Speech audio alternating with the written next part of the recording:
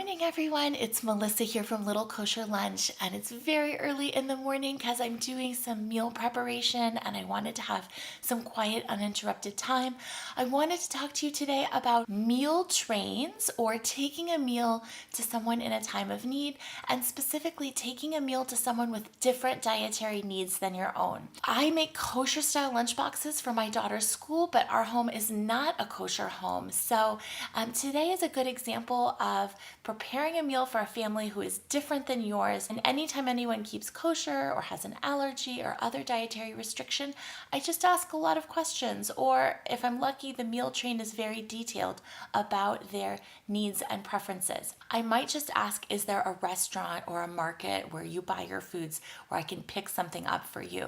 That is the easiest way to satisfy the need, especially if it gives you stress. Secondly, when it comes to kosher, kosher means a lot of different things to different people. Obviously, if you're in the Orthodox community, kosher is kosher, and you have separate pots and pans and separate dishes for milk and meat, and you go to your kosher butcher.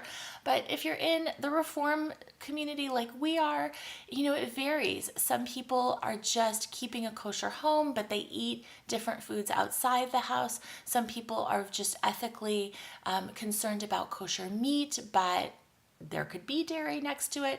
You just don't know until you ask. So for this particular family, they are concerned about kosher meat, but they are okay with my non-kosher grill. So I am doing a homemade meal for them today that they're excited to receive, and I'm excited to make for them. So I'm going to get cooking. I'm going to get my chicken marinated. I bought Empire chicken from Costco, really easy to source it there. And then I'm going to get my other side dishes ready and prepared for them. So by the skin of my teeth, I've gotten it all together.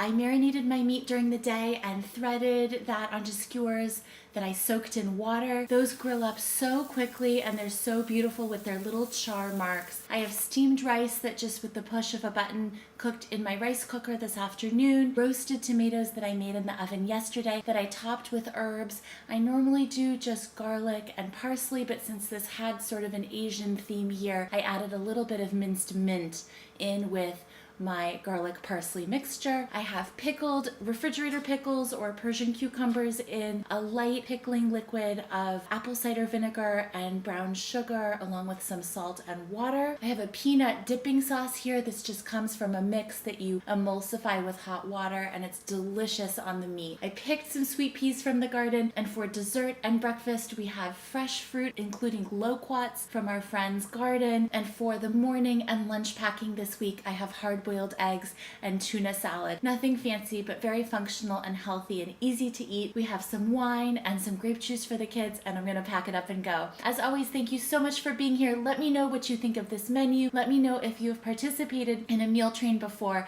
I think they're so important, but it's not something that everyone has done or has heard of.